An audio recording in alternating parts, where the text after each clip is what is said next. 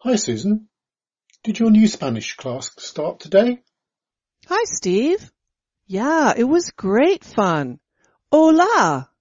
Hey, you learned something already. So tell me about the other students. Well, first I want to tell you about the teacher. She's crazy. Her name is Maria, and she's from Malaga in the south of Spain. She's about 35 years old and is a really friendly person. She's very funny. It's difficult to understand her accent sometimes, but I'm sure it will get easier. How many other students are there in the class? Oh, about 12, I think. Everyone is about the same age, so that's great. Where are you doing the lessons? Are you at the college near the tennis club? No, we're at the town library. We are using a small room at the library, so it's really quiet, and all the books are right there. Are the other students all American? Most of them are, yes. There is a Japanese girl called Miko. She is probably the best in the class. Her accent is wonderful. I think she studied Spanish at school. Aha! And then there's an English boy called James. He lives here and works at the university. He wants to learn Spanish because he hopes to go to Argentina next year. He is very young, about 22 years old. And the rest of you are American? Yes, apart from James and Miko, the rest of us are American. I met your mother's friend, Rosemary. Rosemary? Who's she? That friend your mother plays tennis with sometimes. Oh, Rose Marie. Why is she learning Spanish? She speaks Italian and French already. Well, maybe she wants to be multilingual. She speaks really well. I feel so stupid in that class, and that's after just one lesson. Oh dear. Don't worry, Susan. Maybe I'll come by next lesson, and then I will be the worst for sure. What did you do in today's class? Because it was the first lesson only, we did some basic things like the numbers to 10 and how to ask a person's name. Ask me my name in Spanish. Oh, I can't remember. Como te llama, como te llamo. Oh, I can't remember anything. I will come to the next lesson and help you.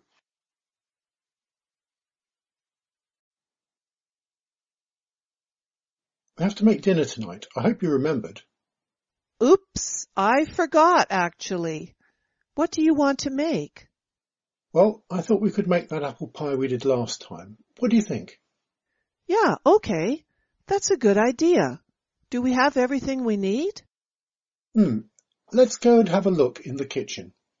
Right. First, of course, we need some apples. Do we have any? Yes, we have a lot of apples.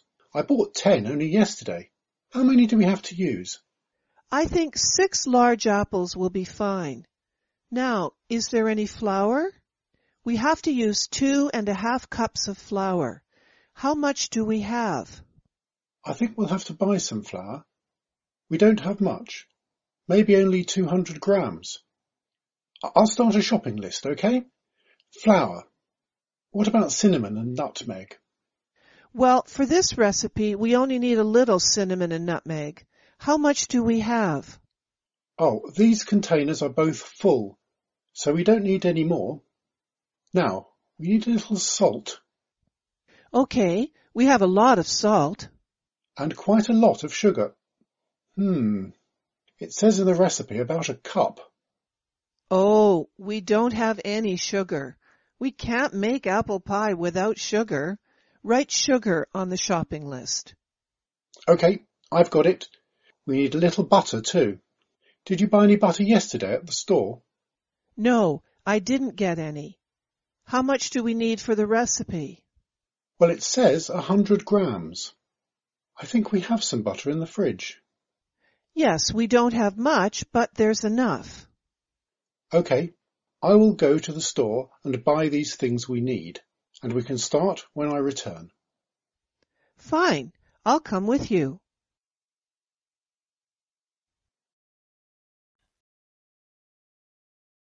Excuse me, do you have a few minutes? I want to ask you a couple of questions. Yes, all right. What would you like to know? Well, I work for the Regal Bookstore, and we are doing a survey about people's reading habits. Can I ask you how often you read fiction books? Very often. I usually read about one book a week, sometimes more if I'm away on vacation.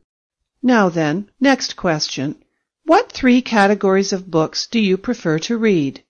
Let me think. I absolutely love crime books, Agatha Christie, a good whodunit. I'm also keen on science fiction books such as Arthur C. Clarke and Asimov. And then recently, I've read a lot of westerns. Fine.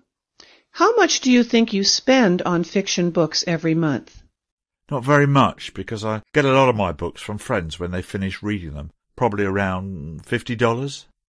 Okay. Now the next question is about where you buy your books, if you don't get them from your friends, of course. Do you spend most of your money on books in stores or on the internet? As I said, I don't buy books very often, but when I do, I buy them online, or sometimes I go to a bookstore if I see something interesting in the window. And have you ever been to the Regal Bookstore before to buy books?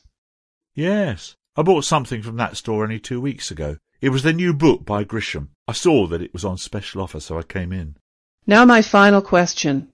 Would you buy a book from the Regal Bookstore website? We have a new site, did you know? No, I didn't know. I will go and have a look at it, as you have some good prices. I would like to buy something from the site, if the price was right, of course.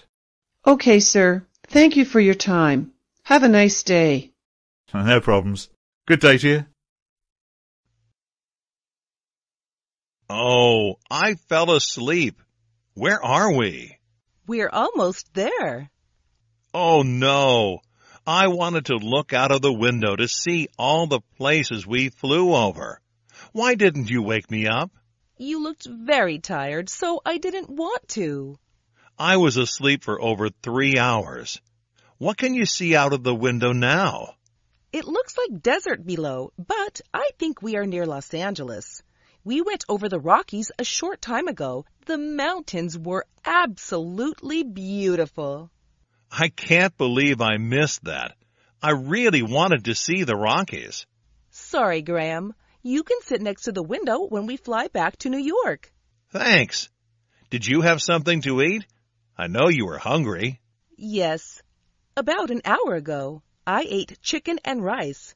There was also a dessert, but it had pear in it, so I didn't touch it. I'm really hungry now, too. I didn't have any breakfast this morning either. We can buy something for you when we get to the airport. You don't like chicken anyway. And the alternative was Spanish omelet, which looked disgusting. What other things did you see out of the window? Did you see Chicago and the Great Lakes? Yes, we flew right over Chicago. I could see little boats on the lake. It was wonderful. I can't believe I was sleeping. And I had a dream about flying, too. They showed a great movie, too. You know, the one about Brad Pitt being the manager of the chocolate factory. That's not Brad Pitt in that movie. I like that film, too. I think we're starting to land. Yes, we aren't so high now. What are we going to do when we get to Los Angeles? We have to make a phone call to your father, don't we? Right. Then let's go straight to the hotel to sleep. I'm exhausted.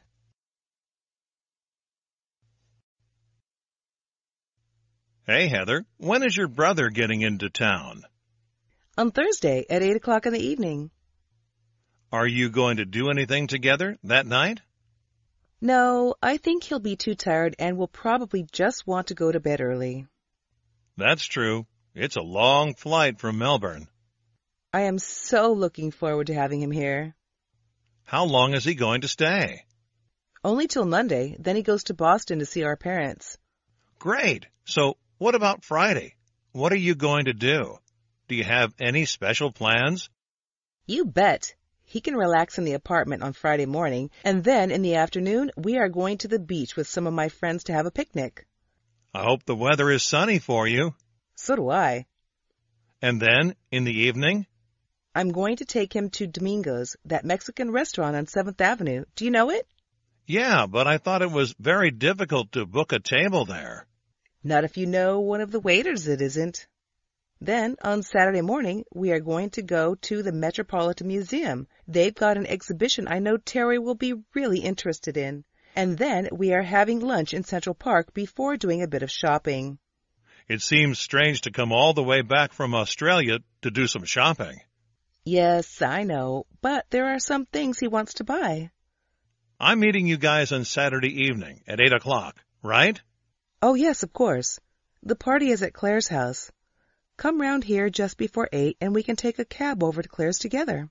All right.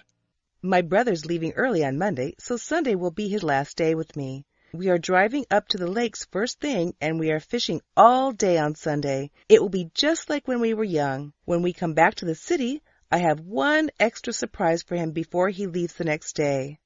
Oh, tell me what it is. Okay, but promise not to say anything to him. We're going to see a basketball game. It was so difficult to find tickets, but I got them. It's going to be a great weekend. That sounds wonderful.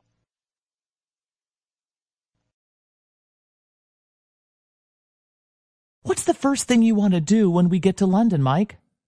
I don't know. I really want to see the Tower of London, and I suppose we have to go to Buckingham Palace as soon as possible. I just hope the weather isn't too bad. My uncle went last year in August, and he said it rained every day for a week. I think it is going to be sunny this week, so don't worry. Now, where is our plane flying from? Do you know which gate we need to go to? I really can't remember. Look, over there is one of those TV screens with all the flight departure information. Let's go and have a look at that. We still have a lot of time. Why do you always get so nervous at airports? I'm not nervous, Jen. I just don't want to be the last person getting on the plane. Remember last year going to Germany when everybody was waiting for us? That was so embarrassing. Okay, it's all up there. Look, there are 3 flights to London. British Airways leaves at 10 o'clock. American Airlines also leaves at 10 o'clock. And Air India leaves at 10 past 10. Who are we flying with? I know it's not Air India, is it? American Airlines. We fly with them. So the departure is 10 o'clock, but what gate is it? It says, please wait in departure lounge up on the screen, so I guess we have to just wait here. That's very strange because the British Airways flight leaves at the same time, but gate 7 is written up there. I don't know, Jen. Maybe there's a problem, but we don't have very long to wait. Oh, look, our flight information is there. We have to go to gate 24. Flight board's at 9:30. Great. Now, where is gate 24? Is it on the eastern or the western side of the airport? Look at the yellow sign. We have to catch the airport shuttle for all gates from 10 to 30. Let's go. That's the west of the airport, and it takes about 10 minutes to get there. We're going to London.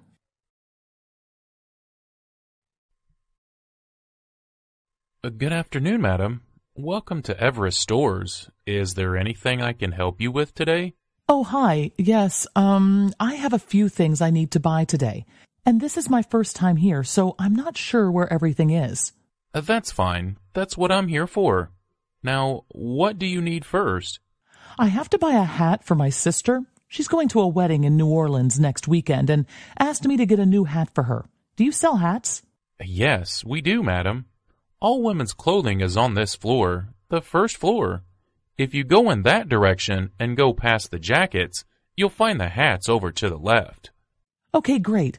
Then I need to get a toaster. Ours caught fire yesterday morning, and you know, my kids can't live without toast in the morning for their breakfast. Our kitchen appliances are up on the the fourth floor. If you take the elevator from this floor up to the 4th floor, turn left when you leave the elevator, and walk through the pictures and framing section, you'll see small kitchen appliances on the left with larger items such as ranges and fridges on the right. My husband wanted me to see the cost of a new fridge freezer, so I can do that too. Was there anything else, madam? Yes, my daughter wants a DVD for her birthday. Where can I find them? Our home entertainment section is on the second floor.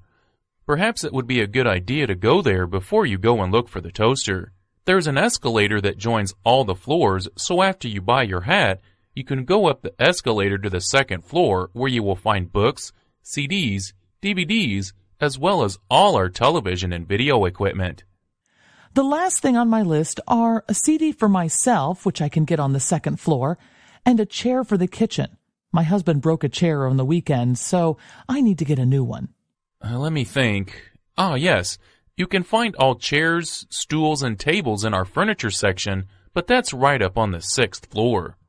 If you go there immediately, you can ask them to take the chair down to the 1st floor, and you can collect it when you're ready to leave. Thank you ever so much. You have been very helpful. I will go up to get the chair now and get the other things as I come down. No problem, madam. We hope you enjoy Everest Stores.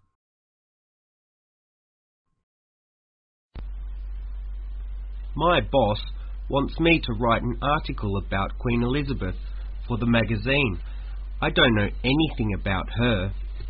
The Queen of England. I read a book about her last year. She's a fascinating woman. Oh, that's great. Can you help me, Deborah? Sure, why not? Thanks. Let me get my notebook and pen and I can ask you a few questions. I don't know everything about her. You know more than me. Did you know she became queen more than 60 years ago? Wow, that's incredible. Okay, first question. Where does the Queen live? That's a difficult question because she has more than one house. Well, she is very rich. When she's in London, she lives in Buckingham Palace, but she also spends some time in Windsor Castle, which is outside London, or in Balmoral, which is in Scotland. Great. How many children does she have? 4. Charles, Andrew, Anne, and Edward. I'm impressed. You know everything. When did she become queen? Was it in the 1960s? No, it was before that. It was in 1952. The Prime Minister in Britain when she was first queen was Winston Churchill. That is a long time ago. Okay, another question for you. What hobbies does the Queen have? I mean, what are her interests? She loves horses. She goes to horse races when she can. She also loves other animals. She has all of those cute little dogs. The corgis. I see them on TV all the time. How many corgis does she have? I don't know. 3 or 4, I think. Okay, just a couple more questions. In what year did she get married to her husband, Prince Philip? It was before she became queen, in 1947, when the Queen was only 21. Right. This is my last question. What does the Queen watch on television? Does she watch soap operas, or movies, or reality TV shows? Gavin, that's a very strange question. Why do you want to know that? So my article is more interesting. Well, the book I read about the Queen said she likes watching quiz shows. I don't know if that's true. Deborah, thanks very much for this information. You can read my article when I finish it. You can send it to the Queen, and then she can read it too. Hello, madam. Excuse me. Madam, would you mind answering a few questions? No, I don't mind. What question? What do you want to know? What time do you normally go to bed? I get up very early because I have to travel a long way to work, so I don't go to bed late. Maybe 10 o'clock, 10:30. And do you go to bed at the same time at the weekend? Oh no, on a Friday or Saturday night, I go to bed later, perhaps midnight or 1 o'clock if I go out. But then, at the weekend, do you also stay in bed later in the morning? What time do you get up on a Sunday, for example? I love getting up late on a Sunday. My husband and I, and sometimes our young son, we stay in bed watching TV or reading the newspapers until 11 o'clock, sometimes later. Okay, next question. What do you do before going to bed? Do you have a hot bath or drink warm milk? Do you have a before-bed routine? Let me think. Yes, there is something I always do. I always read for 20 or 30 minutes before I go to sleep. It helps me to relax. When I read, I don't think about the problems of the day, about my job, about problems in the house, or at my son's school, things like that. Yes, that sounds like a good idea. Do you always dream every night? I think I do, but often I don't remember what I dream about. Maybe I remember something. Then I go to the bathroom in the morning, I go and have breakfast, and I forget everything. So, do you have nightmares? Horrible dreams about frightening things? No, I'm very lucky. When I was at school, yes, but not now. Do you sleepwalk? Does your husband say anything to you about that? Do you go walking downstairs when you're sleeping? I hope not. Our son, Charlie, he sometimes sleepwalks, but we turn him around and he goes back to bed and never remembers anything the next day. It's quite sweet. Yes, it is. Okay, our last question. How often do you sleep during the day? Never. Don't you ever take a short nap, a siesta, something like that? I would like to, but I work every day. I can't sleep in my office. Thank you very much for your time today, madam. That's okay. Goodbye. Hi, Susan. Is that you, Ben? Yes, I'm sorry to call you at work. That's okay. Is there a problem at home? There are 3 problems. Oh, I hope it's nothing serious. No, don't worry. Just little problems. Okay. What's the first one? I don't know how to use the oven. You mean you can't cook? No, I can cook, but I can't put the oven on. How does it work? My oven at home is electric. Your one is gas. Okay, I understand. Light a match first. Where are the matches? On top of the fridge. Oh, okay. Then, push in the orange knob, the one with a big letter O in the center. Then what? Keep the orange knob pressed, put the match in the oven, and it will start. Okay, then I release the orange knob. No, wait for about 5 seconds, then you can release it. Thanks. Now, the next problem is the DVD player. There's a DVD inside it, but it doesn't open. Okay, that happens sometimes. Push the eject button. I did that. Yes, but keep it pushed for a few seconds. That sometimes works. And if not? Read the manual. It's in the little cabinet under the TV. Thanks. What's next? Sorry. You said 3 problems. Oh, yes. The cat's in the garden, and it's raining, and the cat is crying. Open a can of cat food. Go to the door and show Timmy the cat. He will come in. He always does. Okay. Thanks, Susan, for everything. See you tonight. See you later. Hey, Alan, is that you? Oh, hi, Henrietta. What a surprise to see you. Are you going to work? Yes. And you? Why are you on this train? I'm finishing my vacation. Today's my last day. I went all over Europe. 24 days, 7 countries. That sounds incredible. Tell me all about it. I really want to see the rest of Europe. I started in Amsterdam. I met my Dutch friend Rita there. How do you know her? We went to college together. I stayed in Amsterdam for 3 days. The weather was rainy and windy and really cold, but I had a great time. It's a very cosmopolitan international city. What did you do there? Did you see all the canals? Yes, they were so beautiful. We also visited 2 huge art galleries. They had exhibitions of the old Dutch painters like Vermeer and Rembrandt. After leaving Amsterdam, I spent some time in Brussels with Rita, and then I went to Munich. I really want to go to Germany. It's a very interesting place, very historical. I visited one house in Munich that was 800 years old. It was incredible. That's so old. It was a very clean house, too. The weather in Munich was warm, so I was happy. I took so many photos of the city. Did you spend a lot of money on hotels? No, not really. I had a very good guidebook with me, very informative. And it had information about all the good, cheap places. In Munich, I stayed in a hostel for about 20 euros a night. Wow, that is cheap. What did you eat in Germany? I hear the food is delicious.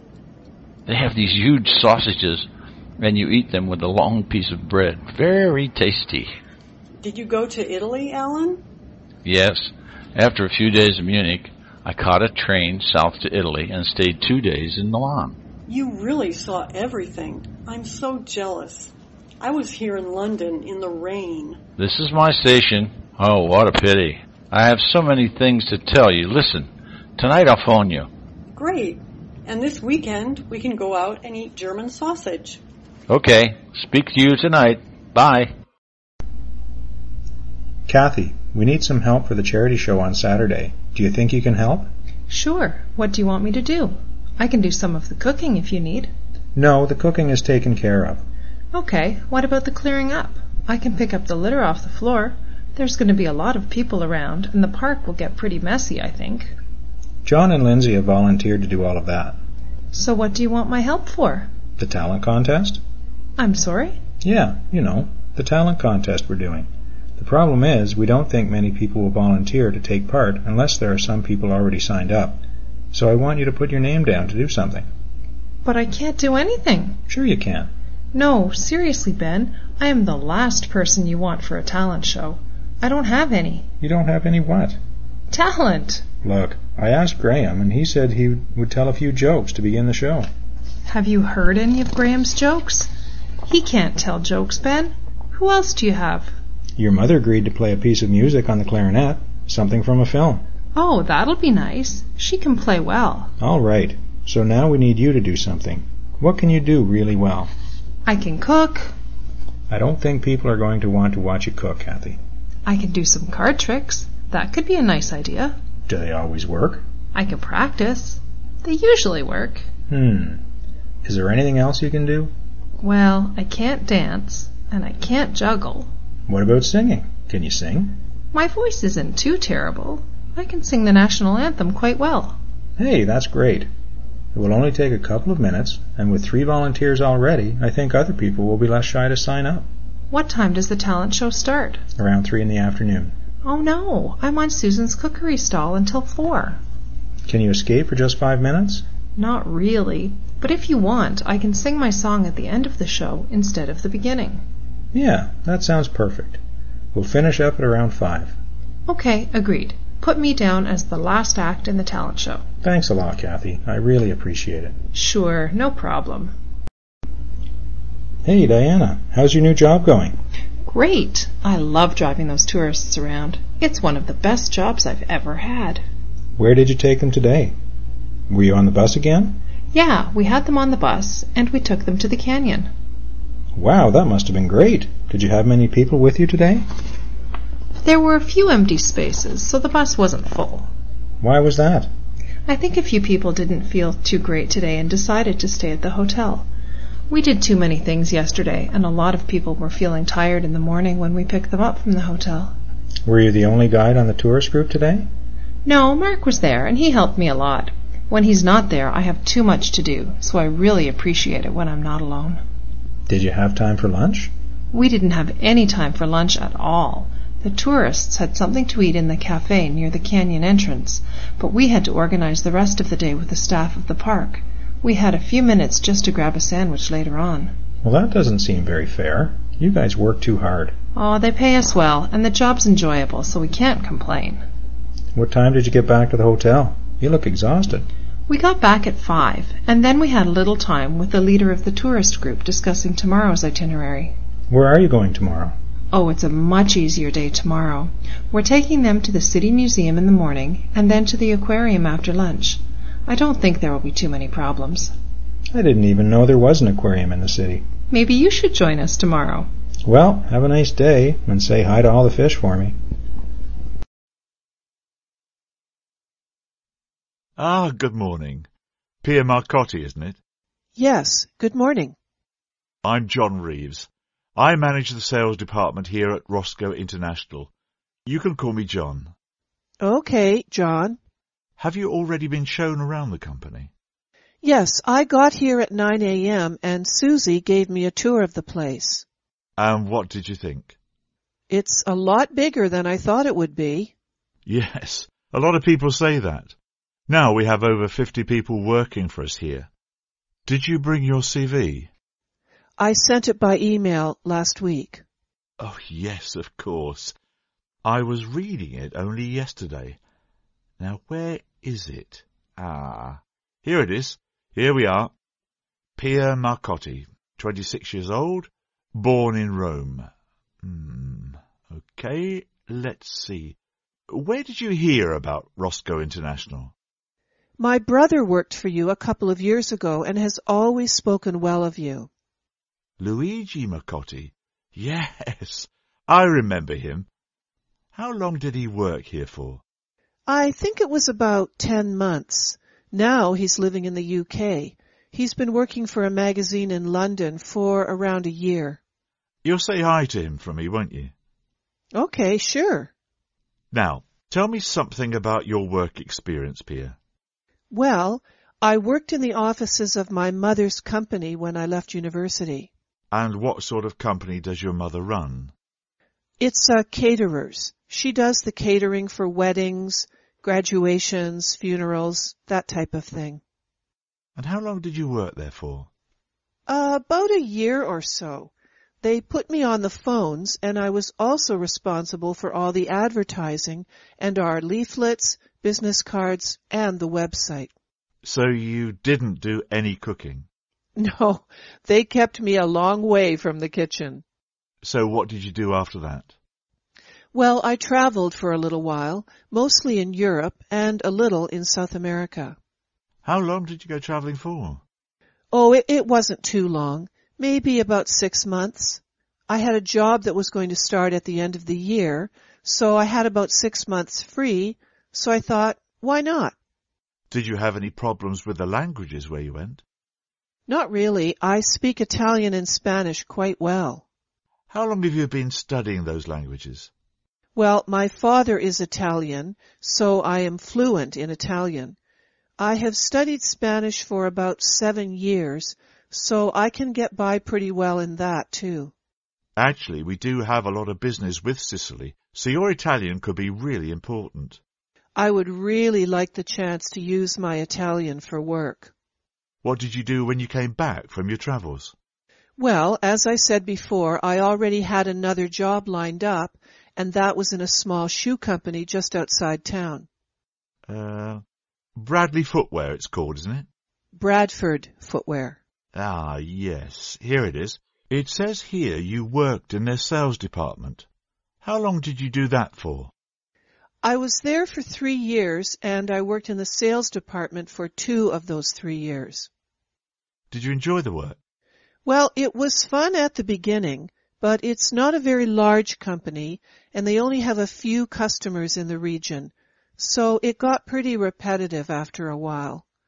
That's why working for an international company like yourselves would really interest me. Okay, let's go and get a cup of coffee, and we can continue this conversation afterwards.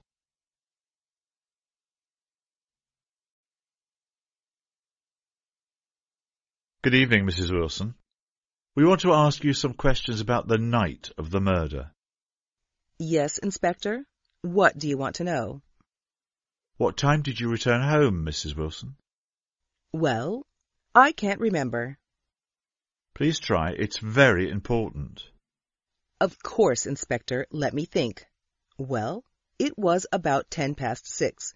I parked the car in the garage and came into the house using the side door. The side door? Yes, we have a door that goes from the garage directly into the house. Okay. And when I came into the house, I walked into the library. Then I looked at the clock, I remember, and it was 6:10. Good. Now what did you do next? Well, I was surprised that my husband wasn't in the library. And why is that? Because he usually is. I didn't know where he was. Did you think it was strange? The side door wasn't locked, so I knew someone was in the house. So what did you do? I called out his name, and I went to look in the kitchen. And then? I started to walk upstairs to look when the telephone rang. Who was it? My husband's sister, Margaret. Horrible woman. Did you talk to her for long? I hate speaking to that woman. I told her I didn't know where Trevor was, and then I hung up. So what was the time at this point? Well, it was about 6:15. What did you do after you put the phone down? Well, I went upstairs again. Immediately? Yes, Inspector. I went into the main bathroom, which is next to our bedroom. Why did you go into the bathroom first? Because the door was open. We always keep that door closed, so I was surprised to see it open. And what did you see, Mrs. Wilson? The gun. Your husband's gun? Well, I wasn't sure it was my husband's gun, but I was very worried to find a gun on the floor. Did you touch it? No, I went to the bedroom, which is next to the bathroom, as I said. And I saw my husband on the floor, and there was a lot of blood. What did you do then? I screamed, of course. Then I ran downstairs and called the police and an ambulance. Did you go back upstairs where your husband was, Mrs. Wilson? No, I waited in the lounge for about 5 minutes, and the first police car arrived at about 6:30. So you didn't touch your husband? No, I saw the body and I came downstairs and called the police. Okay, Mrs. Wilson. I don't have any more questions. Thank you for your time. Of course, Inspector. I'll show you out. You have to look at this survey they've got in my mom's magazine. Yeah, go on. What's it about? Well, the title is, Are You a Good Friend? Are you brave enough to try? I have to go out in a minute. How many questions are there? Only 5. Number 1. How many friends do you prefer to have? A, 1 or 2. B, 3 to 5. C, about 10. D, as many as possible. Let's think about that one. I would say I have about 3 or 4 good friends, and I am pretty happy with that. Next. Right. Number 2. When was the last time you forgot a friend's birthday? I never have. This year, once, many years ago. I do it quite often. Those are the choices. Definitely first answer for me. Ooh, you liar. You forgot mine, and that was only 6 months ago. I forgot about that. I forgot Jamie's and Helen's this year, too. Ha! No doubt. What answer I'm going to put for that one? Number 3. Have you ever called a friend of yours at 3 in the morning just to chat? And the choices are never, once or twice, quite often, and the last one is nighttime is for sleeping. And that's definitely the one you should pick, sleepyhead. No way. I've spoken to Helen till the early hours on many occasions. Last year, when she had all those problems at college, it was me talking to her every night for a week. Okay, I was just teasing you. I think we can put you down for often, don't you think?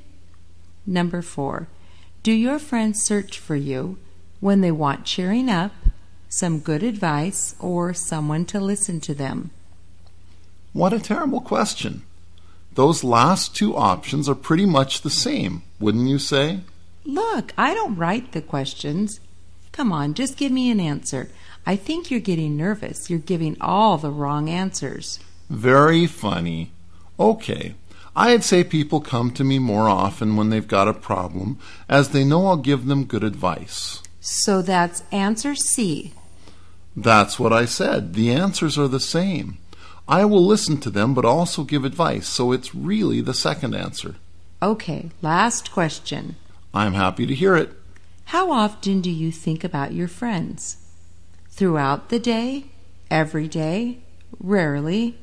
Only when you need them? This is officially the worst magazine survey ever. Come on, Mike. This is the last question. I think about all of you every waking moment of every single day. All day, every day. That's my answer. Now, I have to go out. I'll see you tonight. Give me a serious answer or I can't get the proper results. Well, I'm going to have to live without knowing whether I'm a good friend or not. See you at 7.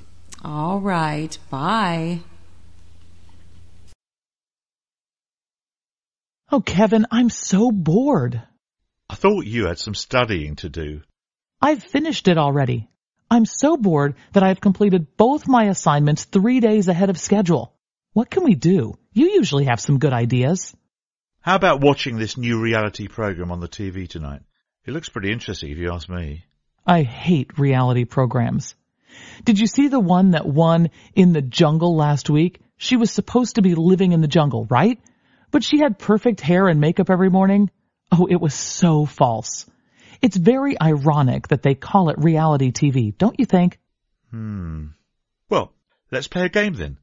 It's been years since we played a game like Scrabble or Monopoly. What do you think? I always lose. I can't keep my concentration on those games. And I always land on your hotels on Fifth Avenue. Do you remember how much I owed you last time we played at Jane's house?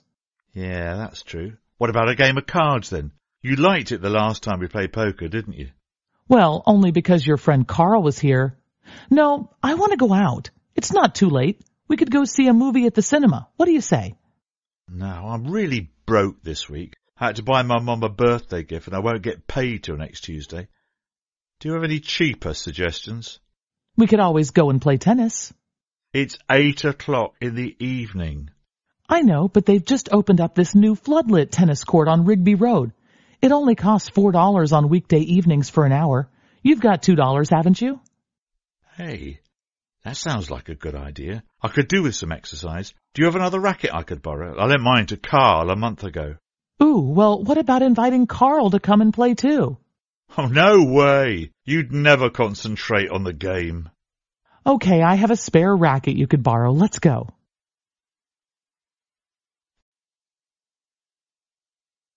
Hello, Carol. What did you do today? Hi, David.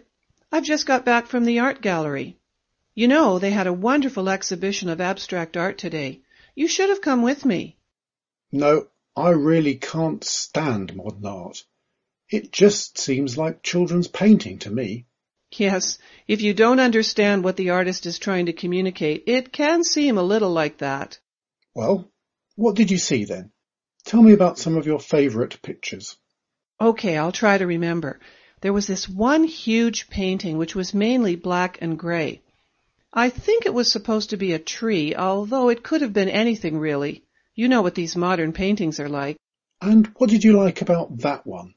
Just the way the tree looked. It was like the tree was made of hard metal spikes, and the mix of white and gray made everything look like it was winter. Very cold. What else did you see? There was this other huge painting which was mainly black and white. It looked very impressive. It was a sort of spiral, and each part of the spiral was a white disc, and they all met in the middle. It's really hard to explain. But my absolute favorite was a painting we saw in the last room we visited. Who did you go with? I went with Melanie and her sister. Anyway, there was this beautiful painting, and it looked like a meadow, and all the grass was purple and red, and there was this green sky in the background. I looked at it and thought of summer. It also had this amazing jet black frame, and the whole effect was very impressive. I spent about 10 minutes just looking at that one. Wow, that really does sound impressive. Maybe I should go and visit this exhibition. You really should. I think you would be inspired by some of the paintings. I think you should look at modern art like food. You need to taste things to see if you like them. At that exhibition today, some of them were even for sale. That last one, the meadow one, was on sale for $8,000. How much? That's really expensive. I may go and visit the exhibition tomorrow, but I'm not going to buy anything. Okay, let me know how it goes. Give Mark a call. He wanted to come with us today, but his aunt was in town, so he couldn't. He'd be really keen on going. Okay, I will.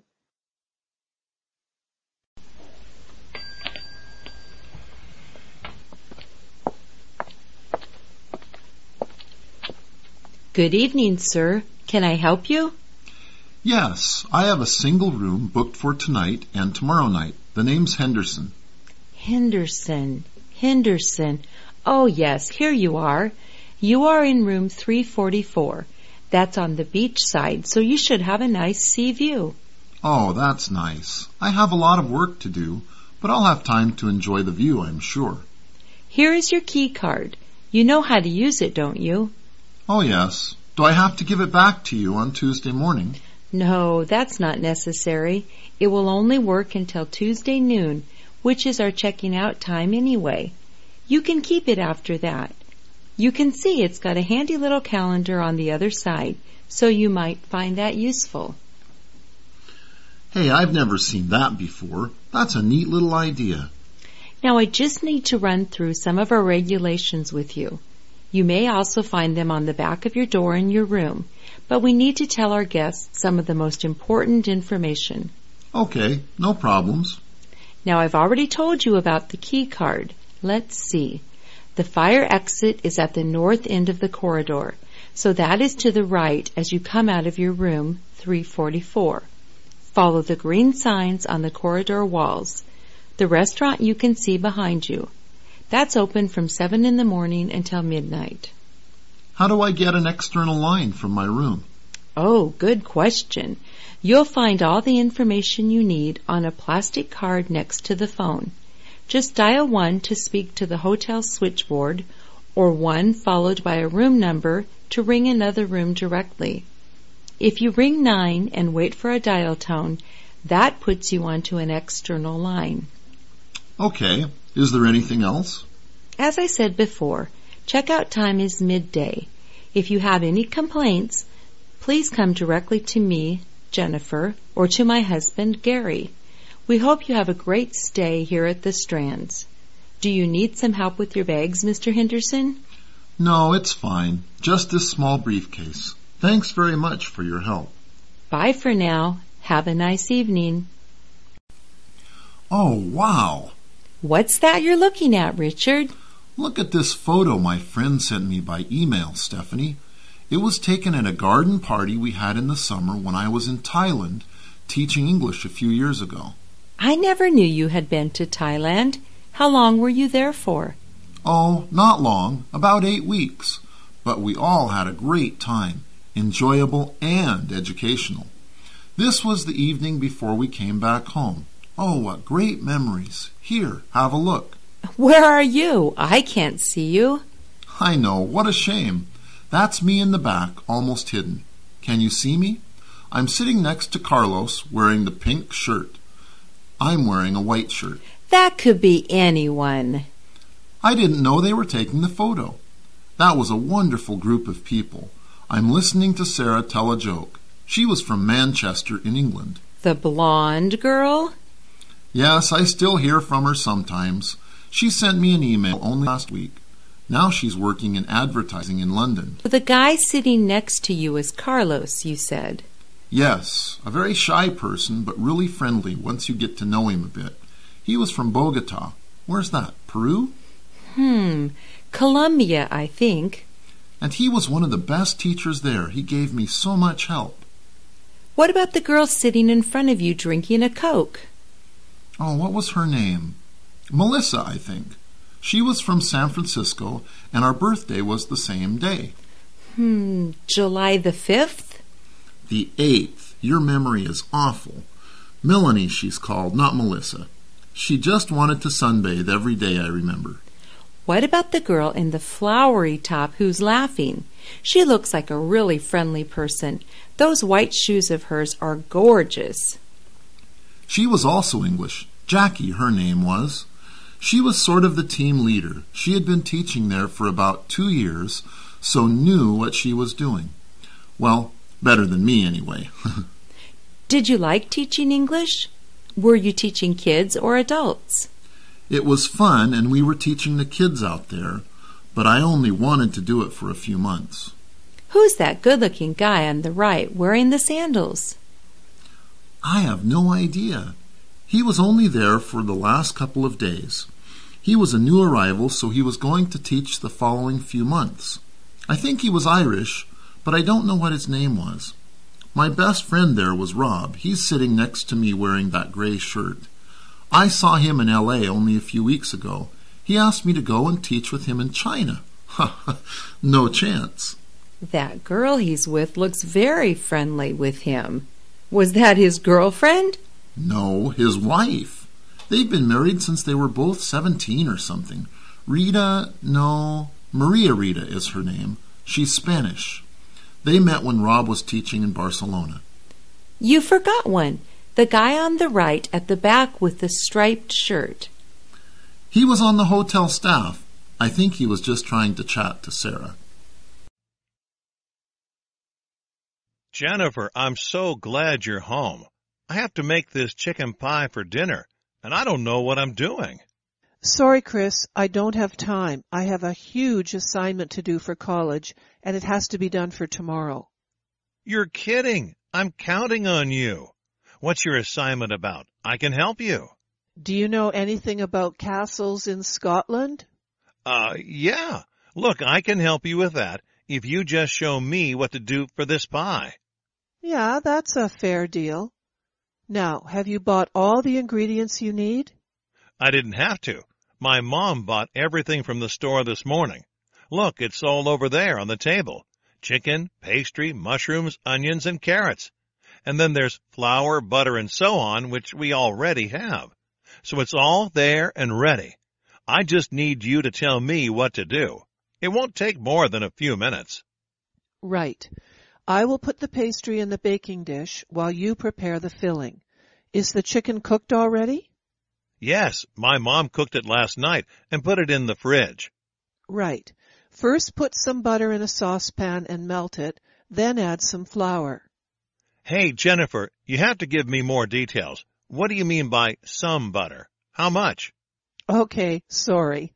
Put about 5 large spoonfuls of butter and the same amount of flour. Mix it all together over the heat. That sounds easy enough. Then what? Add a little salt and pepper and about 2 cups of chicken broth. You do have chicken broth, don't you? Yes, we do. It's right here. Add the chicken next. Chop it into small pieces, and after you add it, you can start to prepare the vegetables. There are onions, mushrooms, and carrots. I will dice the carrots after I have put the pastry in the baking dish. You can slice the mushrooms and chop the onions into very small pieces. Then what do we do? When all the vegetables are prepared, we add them to the mix in the saucepan. Let it all cook slowly for about 5 minutes. How can it only take 5 minutes to prepare chicken pie? No, then you have to put everything inside the pastry, cover it with another piece of pastry, and put it in the oven and bake it for about 40 minutes. Great. And when it's cooking, I can help you with your assignment. Let's get started.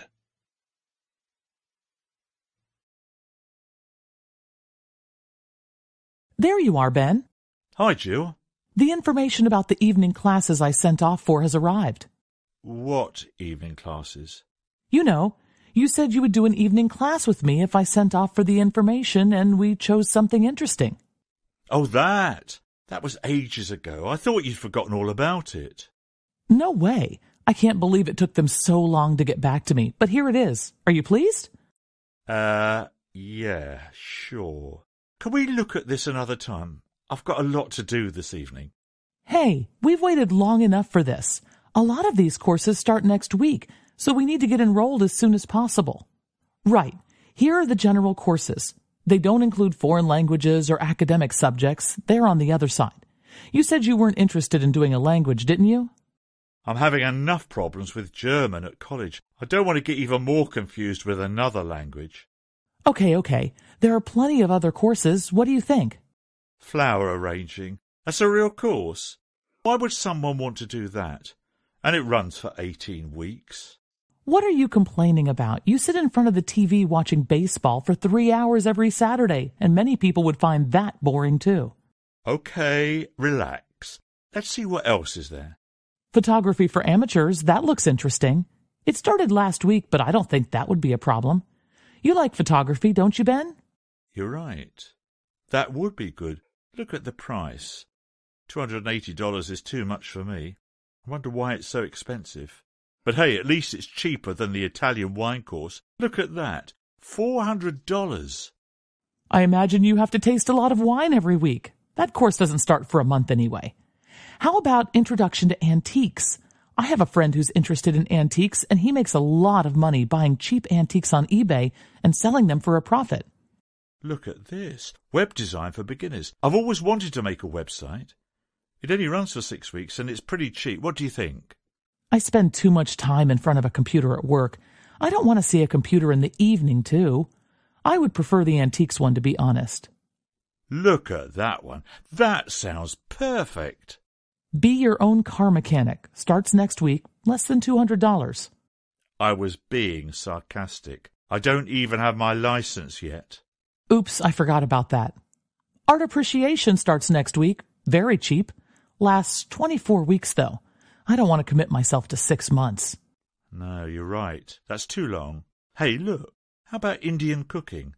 Starts this week. A little bit expensive. $190? I suppose that's for all the ingredients. You know how much I love Indian food. Yup, me too. What do you think? Sounds like a great idea. I'll call them tomorrow to see if there are still spaces available. Tell me the number now. I'll call them right away. No time like the present. 794-6654. Oh, but there won't be anyone there now. It says to call between 8 a.m. and 8 p.m. We'll try in the morning. This will be great. We can have our own Indian dinner parties.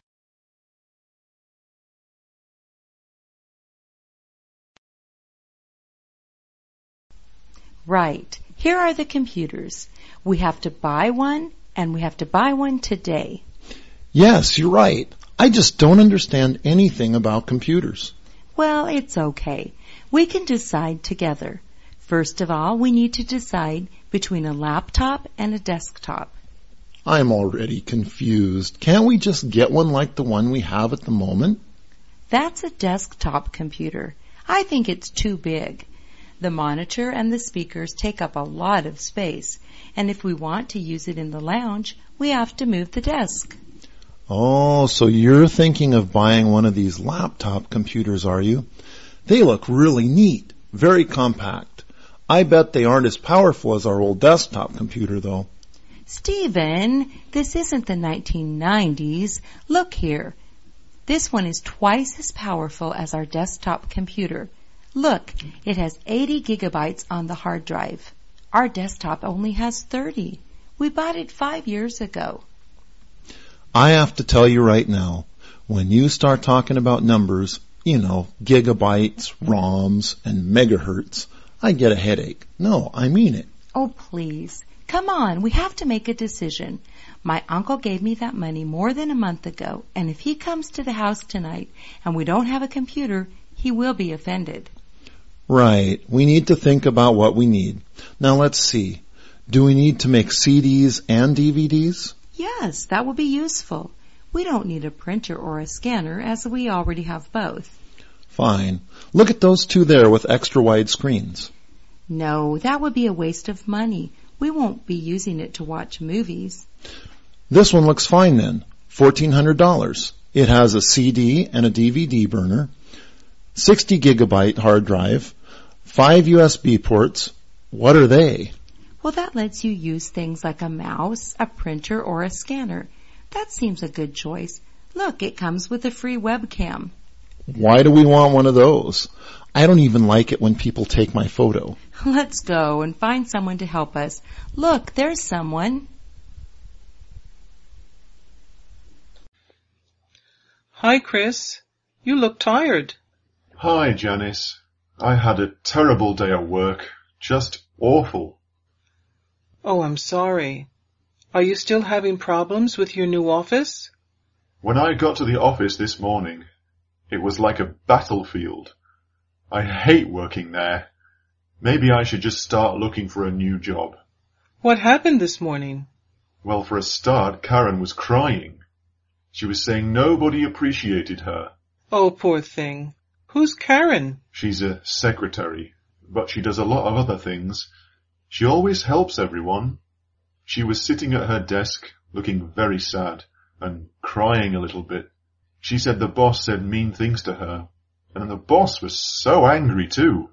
With Karen? No, he was in his office and the door was closed. But everyone could hear him. He was screaming at a customer on the phone. That's not very professional. He's not very professional. So this was all happening when I arrived at 9:30. A lot of noise too because there were workmen up on the next floor, so they were hammering and banging and drilling. Wow, that sounds a crazy office. I didn't tell you the worst thing. There's something worse than all the crying, shouting, and hammering? Yes, there was a dog in the office and it was barking. A barking dog? Now I know you're joking with me. I'm not. Andrew from the sales department took his dog to work today.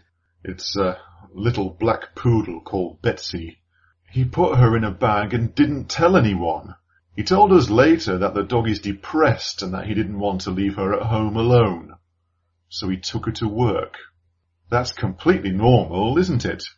A depressed dog hidden in a bag in an office with crying secretaries, screaming bosses, and the whole room full of drilling and hammering? Do you work for a circus? Oh, I wish. Okay, this is the last house that we will see today. There's another one on this street that I can show you tomorrow. Well, what do you think? It's big. What do you think, Susan? Yes, it's much bigger than I expected. It doesn't look so large from the outside. Now this is obviously the lounge. You have a lot of space in here. You can divide the room using the sofa and have a quieter area just here, maybe with a desk, away from the TV. I love these wooden floors. We have carpet in our house, and it's more difficult to keep clean. Isn't it, Daniel? Yes, this type of floor is more convenient. Okay. Through here we have the kitchen. Oh, look at the color of it. It's very pink, isn't it? The last kitchen we saw, that was more elegant, more beautiful. Don't you agree, Daniel? We can change it. Of course you can. Don't worry about the colours of the walls. You can change the colour in a weekend. Yes, that's true. This kitchen is definitely bigger than ours. It's the biggest we've seen today. And look at that garden.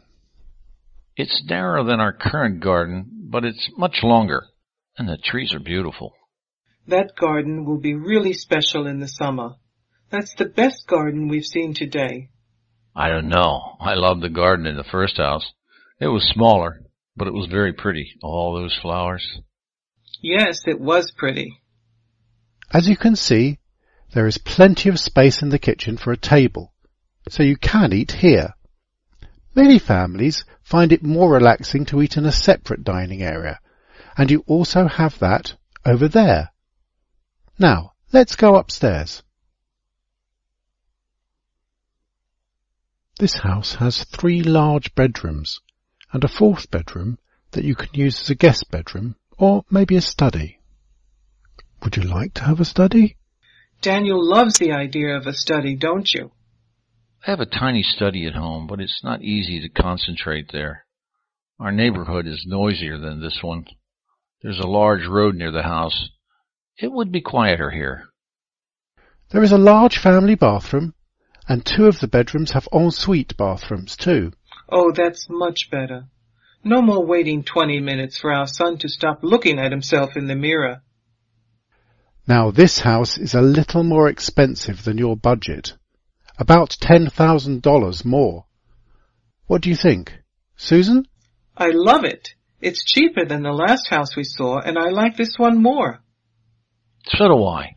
I think we can make an offer. That's great news. Let's go to the office straight away.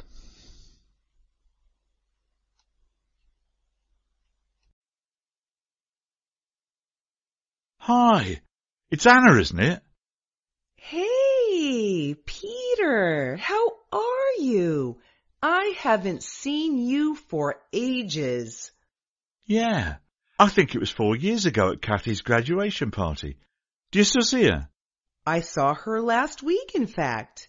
She's just had a baby. Oh, wow. I can't believe that. Kathy, a mother.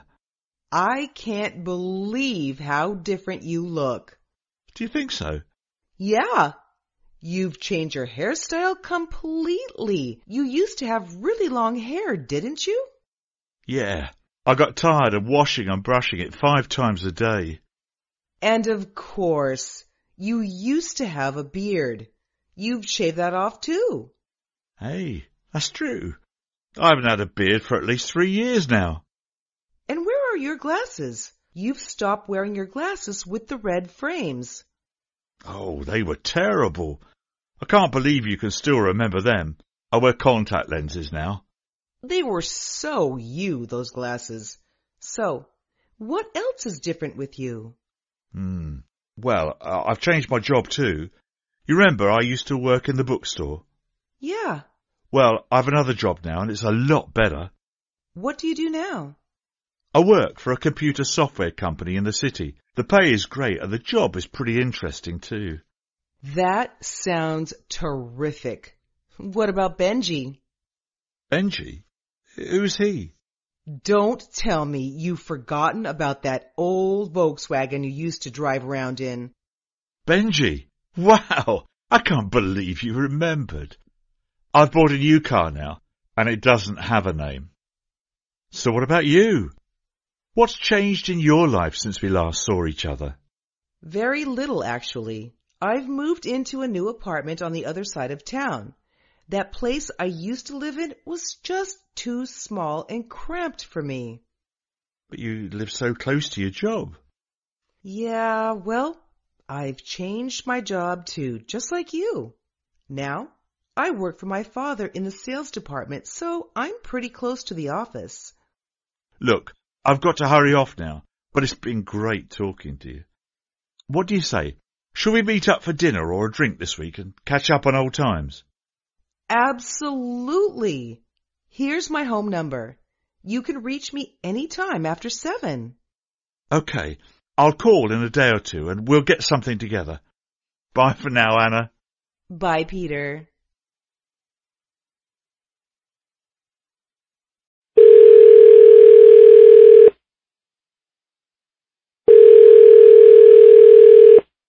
Good morning, PowerNet Software. This is Jackie. Can I help you? Hi, I've been trying to order some of your software from the website, but there seems to be a problem because my order didn't go through. Oh, I'm sorry about that, sir. The technical department sent everyone a memo this morning saying there was a problem with one of the servers. That's probably why you had some difficulty. Would it be possible for me to place my order through you now? I really need this software as soon as possible. It's for my work, you see. I don't want to have to wait until tomorrow as I might be out seeing customers. Okay, sure. Now then, what is it you would like to order from us? Your site had a great offer on something called VivaVoce. The price was something like 25% of the normal recommended retail price. Could you tell me something more about the product, please? Well, I'm afraid that price is only available for those of our customers who order through our site. That's hardly fair, is it? I just tried to order through your site and, as I told you, the sale wouldn't go through. Can't you give me that discount anyway? Yeah, I think that would be all right. It's not as if it's your fault. Now, what did you want to know about VivaVoce? It's one of our best-selling products. Do you have that program also in the Professional Edition? I only saw the Standard Edition, but we need the extra recording software which comes with the Professional Edition. Fine, let's have a look. Yes, we have the Professional Edition, and that is also discounted 25%. Now, in our office, there are both Windows and Mac computers. How much is the Mac version of this software? I don't want to have to pay too much more. We don't seem to have the Mac version in stock at the moment. It's arriving this evening or tomorrow morning. One more question for you and then I'll be done. Is there a microphone included with the software? I tried to find out from your website, but it didn't seem to be very clear whether there was a mic included or not. Yes, all our speech recognition software comes with a free microphone, although between you and me, the quality isn't the best. I would recommend you buy a higher quality one, especially if you're planning to use this for your work. Thanks a lot for that information. Those free mics are usually pretty poor, aren't they? Okay, we're done. I have ordered through you before, and my customer number is 794791. You should have all my contact information and credit card number on file. 794791. Let's see. Oh, yes. Here you are, Mr. David Thompson. Is that correct? Yes, that's me. How long will the delivery take? You should have this by Wednesday. Can I just confirm then? You want one Windows edition and one Mac edition when it comes through to us this evening or tomorrow. No, just send me the one Windows Professional. We'll just have to wait to do all the speech recognition work on the Windows computers. It's not such a big deal. Great. Thanks for calling PowerNet Software. Have a nice morning. Thanks very much. Goodbye. Hi, I'm Maggie. Sorry? Maggie Brown. I'm the mother of Billy. I was told you would be here. You're his English teacher, aren't you? Oh, of course. Billy's mother. Hi, nice to meet you. Yes, I wanted to speak to you about Billy's work. I hope there isn't a problem. Well, not exactly. I think Billy has made some good improvements this year compared to last year. Well, of course. Last year we were new to the area. You know, we moved here from Los Angeles, and it wasn't a very settled time for Billy. Well, all the family really. So Billy probably didn't do his best work last year. But I thought he had improved enormously this year. That's the case, isn't it? As I was saying, I think Billy most certainly has improved a lot since last year. I just think there are one or two other things he needs to work on, so I wanted to have a chat with you this evening. Well, I'm sure he's been doing his very best. You know, he's only 12, and it's not easy when— Yes, certainly, Mrs. Brown. Part of what I wanted to say to you tonight is that Billy's work has been much better. We put a story that he wrote back in March in the school newspaper. Did you see it? I can't believe it. I never had any idea. He's such a modest boy. He would never show me anything like that. Oh, really? I'm surprised you never got to see it. It really was a well-crafted piece of writing. Very mature article, considering the age of Billy.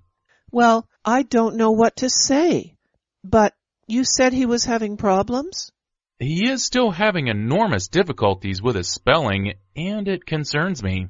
Yes, Billy has always been pretty weak with his spelling. We have tried at home to help him. His sister Kathy often spends time with him, testing him on words that he often gets wrong. I'm sure that's helpful, isn't it? Oh, yes, without a doubt.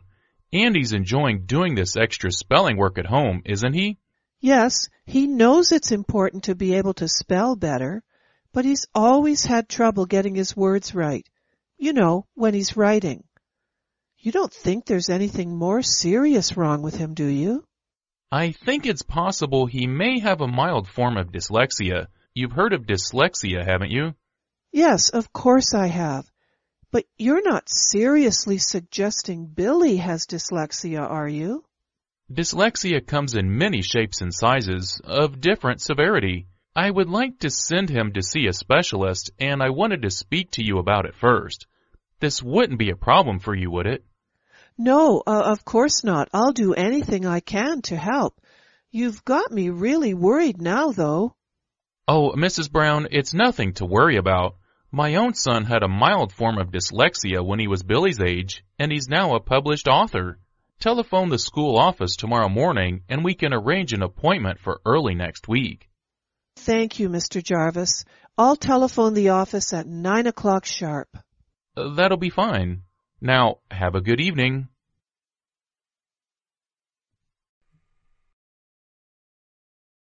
Hi, Sasha. How was work today? Oh, good evening, Jim. Oh boy, it was a really hard day today. I never thought the end of this day was going to come. I'm sorry about that. However, I need to have a chat with you. Uh-oh, what's the problem? I was really happy when I invited you to stay with me in this apartment. I knew you had a problem with that girl you lived with before. Oh yeah, she was terrible. I couldn't move without her complaining at me.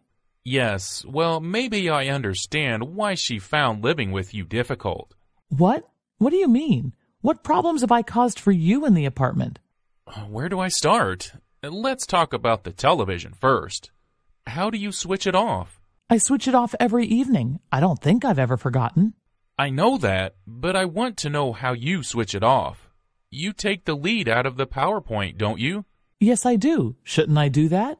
No, you should always use the remote control to turn the TV off. And how about the lights? You shouldn't switch them off. Ever. Why not? What a waste of electricity. My parents taught me that you should always turn off the lights when you leave a room. Yes, that's fine, but you should leave the lights on at night because we have an automatic system which turns the lights on and off. It's so that people always think there's someone at home. I told you about it when you first arrived. Okay, sorry, I kind of forgot about that. Now, the bathroom. You should clean it twice a week. Remember, that's your responsibility. And you should use the shower cleaner I suggested you buy. The one you are using now is leaving a horrible mark on the floor of the shower. Haven't you seen it? Yes, I have. I was going to change it when I finish this bottle. No, you should change it immediately. I don't want to leave marks in the shower. Okay, that's easy enough. I can go to the store tomorrow and get another shower cleaner. Right. The last thing is about your music. You don't like my music? Surely you don't want me to start listening to Frank Sinatra the way you do. No, don't worry. But I've had a few complaints about the volume. You shouldn't play any loud music after about 11 o'clock. It's that old man across the street who complains, isn't it? Yes, I'm afraid so. If you listen to music any time in the evening, you should close the windows so he can't hear it. Okay, I'll try to remember, Jim. Is there anything else? No, that's everything. Oh, no, one more thing. I was afraid so. What is it? You're cooking tonight. Good morning. It's Mrs. Glover, isn't it? Yes. Do I know you? Let me introduce myself. My name is Richard Cookson, and I'm the local representative for the National Congress Party. So you're a member of the government, Mr. Cookson. I have some things I want to say to you. No, Mrs. Glover. The Social Democrats form the government, but we are the second largest party in Parliament. Oh, yes. I get so confused. What can I do for you today? Now, Mrs. Glover, have you decided on how you're going to vote in the general election? No, I'm not sure yet. There are a couple of issues, and I'm undecided about which party has the best policies. Take education, for example. Absolutely. Now, we're going to spend $25 million more on education than the governing party. The referendum result last year proved how important education is to the electorate. So, we're going to invest heavily in our children's future. But aren't you going to increase university fees? I saw a campaign ad from the Social Democrats that said you wanted to do this. We are going to ask some of the richest families in the country to pay a little more. But that ad you saw was just dishonest propaganda. Now, I'm also worried about the environment. What are you going to do about global warming? Well, you're right to be concerned. It is one of the most important issues in politics today. My party is going to press for an international treaty to reduce pollution and emissions globally. We are going to ask for a system of strict penalties for those countries that don't adhere to the treaty. Are you going to insist on recycling in communities like this one? We don't have plans for that at the moment, but we can consider it. I know the Social Democrats want to promote this. What about taxation? Are you going to raise taxes? We are going to raise taxes by about 1% on average, although the wealthiest families will pay most of that. The poorest 30% of families won't have to pay any more taxes. We are going to cut taxes for these people. That won't include us, unfortunately. Do you know where your nearest polling station is, Mrs. Glover? Yes, it's opposite the public library. You must be very excited by the election, Mr. Cookson. The opinion polls show the National Congress Party up by 5%. We think people are seeing us as a responsible party and would like to see us in power. I think we'll get a significant majority in Parliament. Well, thank you for this little chat. I will have a good think about things before putting that slip into the ballot box. It's been a pleasure, Mrs. Glover. Good afternoon to you. Hey, Kate, did you read this article in the National Geographic? I can't believe how much man is changing the planet. Yeah, I had a look at it. Quite interesting, I suppose, if you believe that sort of thing. What? What do you mean, if you believe that sort of thing? Are you saying you don't believe that we are damaging the planet? To be honest, Matt, not really. Are you saying global warming isn't a fact? Deforestation isn't a fact? The greenhouse effect isn't actually happening? Hey, calm down, Matt. I just think too many people take these things as being definitely true without knowing all the facts. You really don't think global warming is happening? You know they've said sea levels are going to rise by quite a few meters over the next 50 to 100 years. Weather conditions are getting worse all over the world. Can you remember how many big hurricanes there have been in the United States over the last few years? I think evidence is all around us. I don't think we have enough information, to be honest. We've only been measuring these things for around 200 or 300 years. We have no idea what was happening 50,000 years ago. For all we know, this is just a natural blip in the whole climate cycle. I don't think we should change how we're living just because of 20 years of abnormal measurements. And don't you think all the other effects we're having on the planet are destructive? What do you mean? I mean, like deforestation, overpopulation, threatening the existence of many endangered animals, pollution of the air and the seas. I mean, I could go on if you want. No, I understand what you're saying, and yes, it's true that there are several problems worldwide caused by human influence. I think the destruction of the Amazon rainforest is really dangerous, and it's something we could live to regret. I read somewhere that they were considered to be the lungs of the planet, and there we are, happily chopping it all down. And it would be a shame to lose some of those animals that may become extinct, you know, like the rhino or the panda. But we shouldn't interfere with nature. If they are going to become extinct, then we have to allow nature to take its course. You've just contradicted yourself in 2 sentences, Kate. First, you said it's bad that we're interfering with nature by destroying the rainforest, and then... That's not the same thing. Well, of course it is. The only reason 99% of these animals are endangered is precisely because we are threatening their habitats, either by chopping it down, as you say, or by expanding towns and farming into areas where these animals normally live and hunt. You can't destroy an animal's habitat and then turn around and say we can't interfere with nature to save it. I don't think having 20 panda cubs in zoos around the world is a very smart way to save an animal. It's totally artificial and is cruel to the animals involved. I would go along with that, yes. The real solution is to save the animal's original habitat. So, does this mean you don't really agree with renewable energy sources either? Don't you see the sense in trying to lessen man's impact on the planet? I think we need to start looking for alternative sources of oil. You mean alternative sources of energy? No, of oil. This country imports too much oil from overseas, and we need to become more self-sufficient. But that's crazy, Kate. There will be no more oil left in 50 to 70 years' time. We have to start looking seriously at alternative energy sources such as solar and wind. Look, I don't see it as being very realistic to expect people to go back to using windmills and the like. It's naive to think we could do that.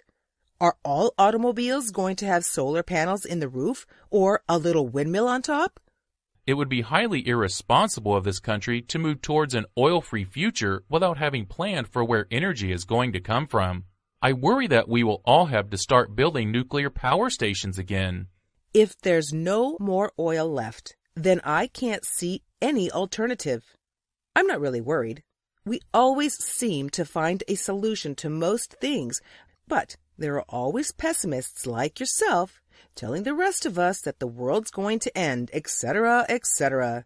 I won't be fooled into panicking. Fooled? I simply don't understand your blasé attitude towards all this, Kate. Your father works in a power plant, too. I would have thought you would have had a real interest in all this. My father?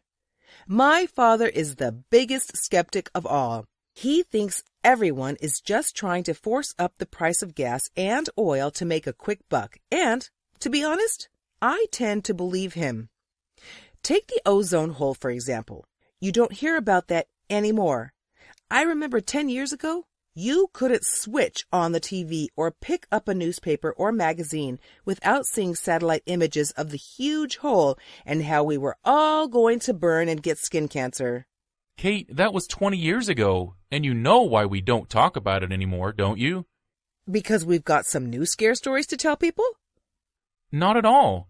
That was and still is a serious issue, which is why the world leaders got together in Montreal, I think it was, and banned immediately all the chemicals that were causing that ozone hole.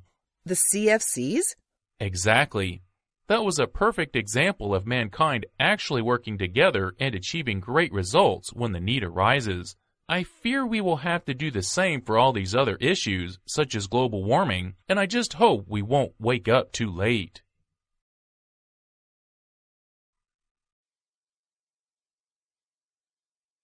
Turning to crime now, or rather, crime prevention.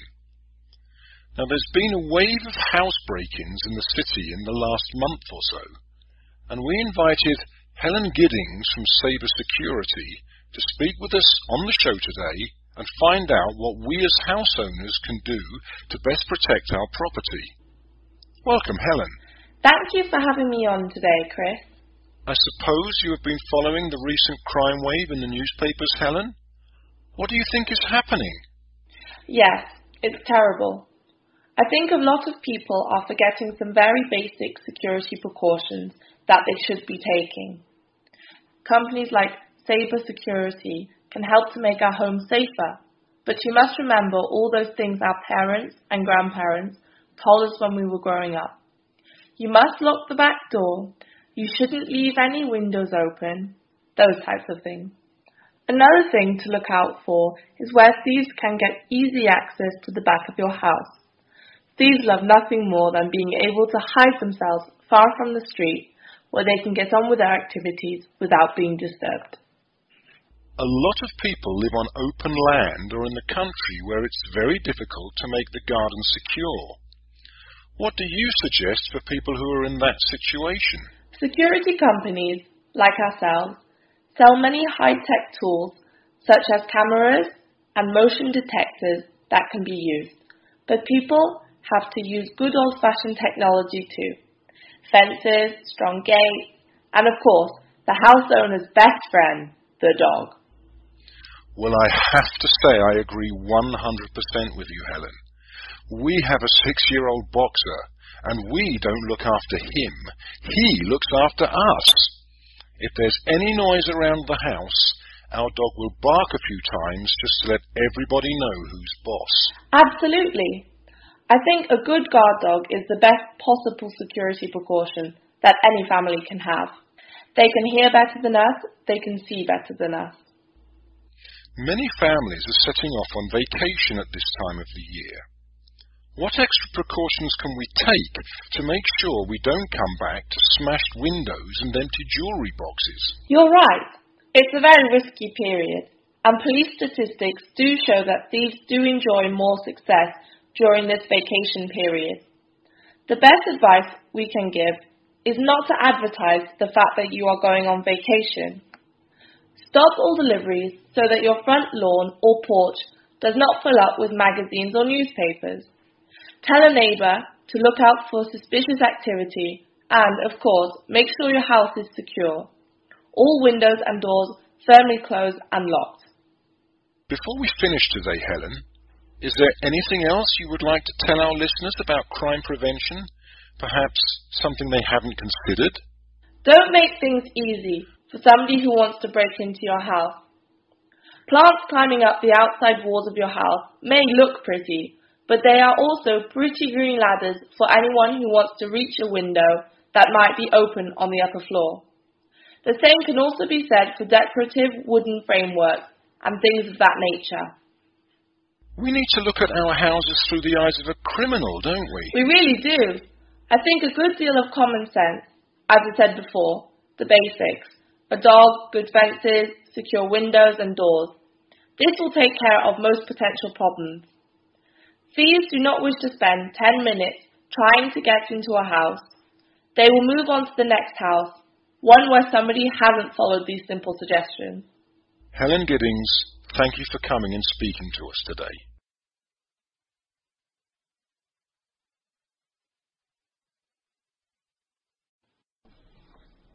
Now we're going over to Chris, who's in Redford, reporting on the protests that have taken place today. Hi, Angie. Everything has calmed down now, but tempers were high earlier today. This is the second day of protest against the new highway, and people refuse to accept this plan. They don't want to see a big new road coming through this area. Tell me about Redford, Chris. What sort of area is it? Redford is a small farming community, about 3,000 or 4,000 people. They enjoy living in a quiet rural area, and they don't want big trucks and buses rolling through town. Were there any arrests today? I spoke to the Redford Police Department, and they said there were no arrests, but some people were told to move on, and warned that they would be arrested if they didn't. I talked to some of the protesters earlier this afternoon. Why are you here, ma'am? I will not let my son grow up in a parking lot. I moved here with my husband 5 years ago to escape the noise and pollution. I don't want it coming out here in Redford. What do you say to the local businesses who think this road is so necessary? They say it will help Redford, connect it to the world again. They said that about the railroad, and they closed it 20 years ago. If they want Redford to be well connected again, then open the railroad. That would cost a third of what they're going to spend on this new highway and won't cause any of the pollution. I remember hearing they were going to close the railroad, and I thought it was crazy. And now here we are, and they are ready to spend a huge amount of money to build a useless road. Can I ask you, ma'am, what brings you out to this protest today? We have to do everything to protect this beautiful green land. Once it's gone for good. They don't dig up roads to plant trees. We have to stop this road from happening. A lot of angry people there, Chris? I spoke to other people, and they said things I can't put on the radio. It's difficult to understand the anger here without seeing it yourself. I understand that construction is due to begin very soon. The protesters are determined to stop that. This will be in the courts tomorrow as a legal challenge to construction of the highway. They say they will stop protesting if the local government stops building and starts talking to them. Is there any sign of that happening?